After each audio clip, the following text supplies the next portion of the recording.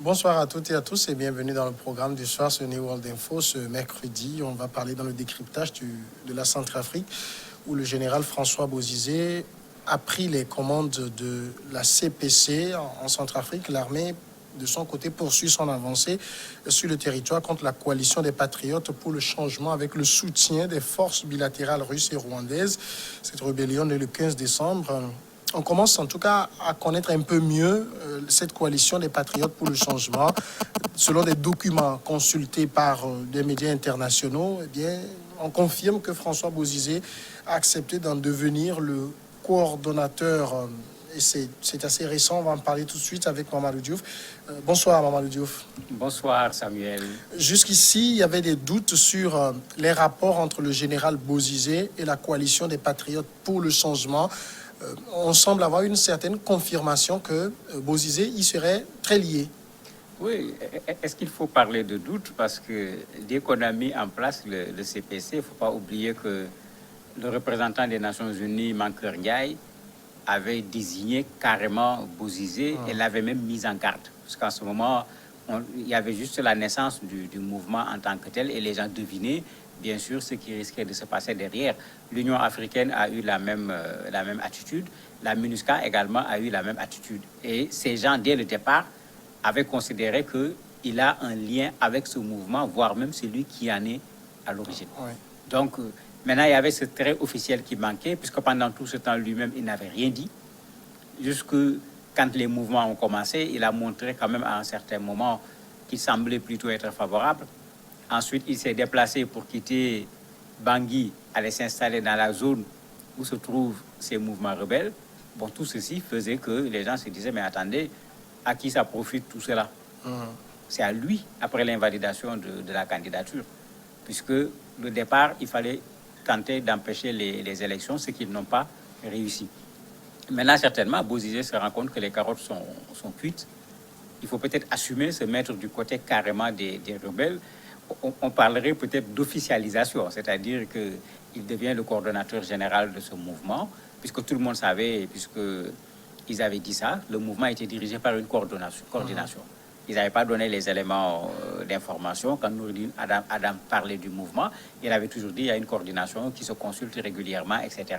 Mais il n'avait pas accepté de dire qui est devant, qui est au niveau de la tête de cette coalition appelée CPC. Mais quand la candidature du général Bozizé avait été invalidée, il l'avait plutôt sportivement prise. Oui, mais il ne faut pas oublier que c'est un général, c'est un militaire, c'est un stratège. Il fallait qu'il réagisse de la sorte. Parce que dès qu'il aurait dit « je ne suis pas d'accord », on pouvait tout simplement venir le prendre en disant qu'il risque de troubler l'ordre public, d'organiser des manifestations, etc. Nous savons comment ça se passe chez nous. Il a pris le temps de dire, ben, ok, certainement en étant candidat, puisqu'il savait très bien qu'on pouvait l'empêcher d'être candidat, il avait son plan B. Et pour bien mener son plan B, il a endormi tout le monde. Puisque quand il l'a reconnu, ben, les réactions ont été plutôt positives en disant qu'il a accepté tranquillement de ne pas être candidat. Ben, tout le monde se disait, mais tant mieux, puisqu'on craignait la réaction de Bozizé et de ses partisans s'il y a invalidation de sa candidature. Finalement, c'est comme s'il a endormi les gens pendant un temps, le temps de mettre en place quelque chose qui lui permette de perturber les élections, non plus en se mettant au devant avec ses militants, mais en allant vers des mouvements rebelles qui aussi n'étaient pas satisfaits du pouvoir de Touadéra, en particulier le partage du pouvoir après les accords de Khartoum. Alors, Bozizé, coordonnateur de la CPC, est-ce que ça veut dire que la CPC est une coalition qu'il a lui-même pensée et mise en place?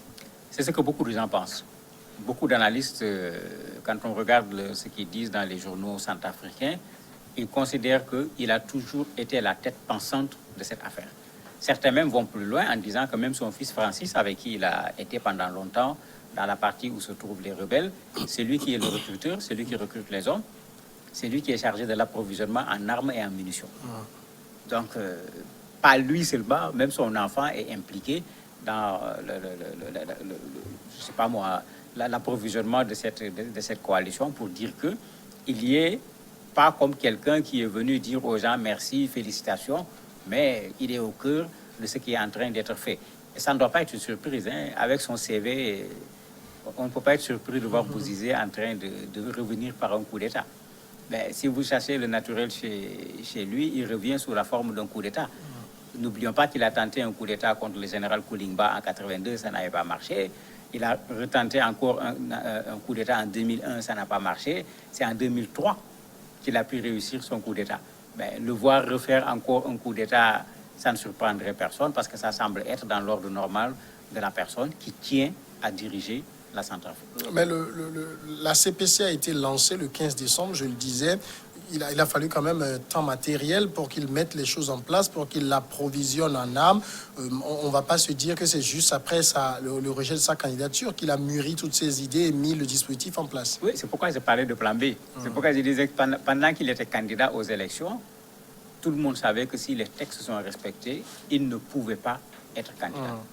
D'autant plus qu'avec les élections législatives, la Cour suprême avait vraiment pris ses responsabilités en écartant même des gens qui étaient députés, qui étaient candidats à nouveau. Il y en a qui ont été écartés parce qu'ils étaient dans la posture du pouvoir. Ils ont été condamnés par le tribunal. Ils devaient payer une amende. Ils ont refusé de payer l'amende à cause de cela simplement. On n'a pas accepté leur candidature.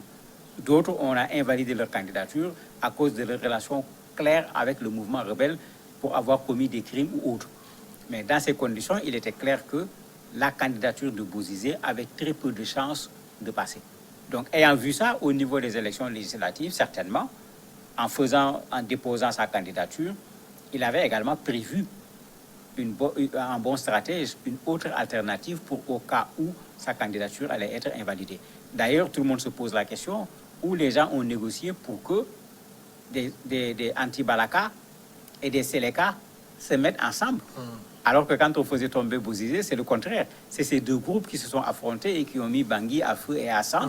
Donc, effectivement, il y a tout à fait eu une préparation minutieuse même de cette coalition.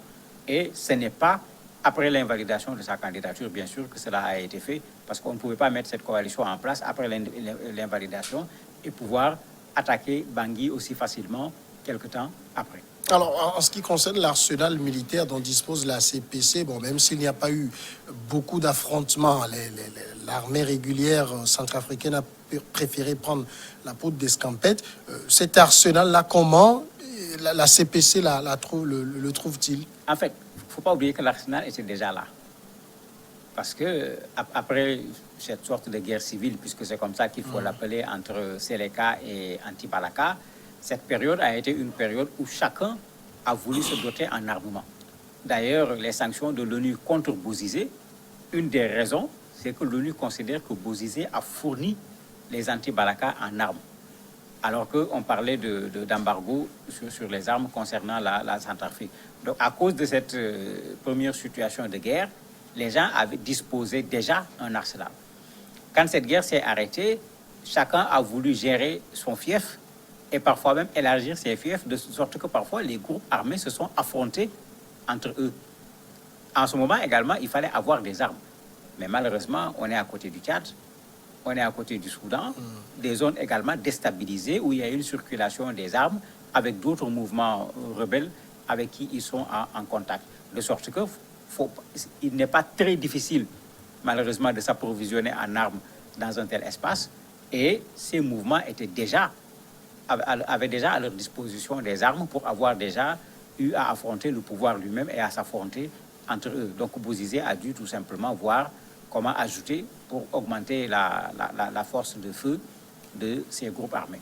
Mais est-ce qu'il n'y a pas une négligence de la part du pouvoir finalement qui a laissé Bozizé faire? En tout cas, certains journaux centrafricains ont remontré les titres qu'ils avaient montrés quand Bozizé est rentré clandestinement en Centrafrique. Parce que certains avaient eu une position radicale. On ne peut pas demander à l'international, puisqu'il y avait un mandat d'arrêt international, on ne peut pas demander à des étrangers d'arrêter M. Bozizé et il vient chez lui. Ceux qui demandent aux autres de l'arrêter ne l'arrêtent pas. Bon, d'autres avaient dit non, il faut peut-être voir autre chose, l'arrêter peut créer des problèmes, autant aller vers une réconciliation au niveau de la Centrafrique, etc. Et tout le monde a vu les hésitations du président en particulier, puisque quand Djotodia est venu, il l'a reçu immédiatement. Bozizé a mis du temps avant de pouvoir rencontrer le président de la République.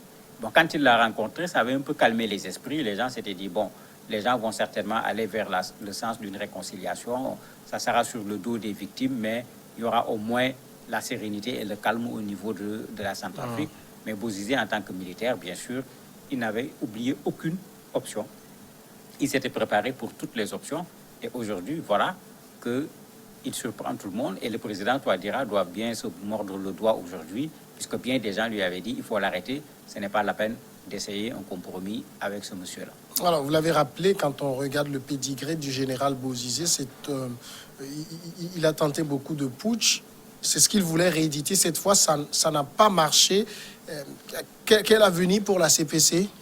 Ben, c'est toute la question qu'on se pose aujourd'hui, puisque les groupements rebelles qui sont dans la CPC sont signataires des accords de Khartoum. Donc, c'est des gens qui avaient eu tendance, à un certain moment, à quitter la posture rebelle pour se transformer en mouvement politique. D'ailleurs, c'est pourquoi même certains de leurs membres avaient voulu être candidats aux élections législatives, mais la Cour suprême avait refusé en considérant que ces gens ne pouvaient pas être candidats parce qu'ils ne peuvent pas présenter un casier judiciaire qui soit quelque chose de respectable. Donc, il était clair qu'il devait y avoir cette mutation. Et tout le monde s'attendait à ce que ces gens, finalement, deviennent des partis politiques, puisqu'ils ont participé au gouvernement. Tous ces mouvements ont participé au gouvernement. Il a fallu même qu'on chasse les représentants du gouvernement et des postes qu'on leur avait confiés quand ils ont commencé à attaquer les villes centrafricaines. Maintenant, est-ce qu'ils vont se retransformer carrément en un mouvement rebelle, essayer de reconquérir la Centrafrique par la force? Parce que je vois mal encore ces mouvements dire qu'on va aller s'asseoir pour discuter un accord de Khartoum numéro 2, d'autant qu'à Bangui, au moins, les populations ne veulent plus entendre parler d'accord avec les rebelles. Les populations proposent un combat carrément contre les rebelles pour en finir avec cette guerre.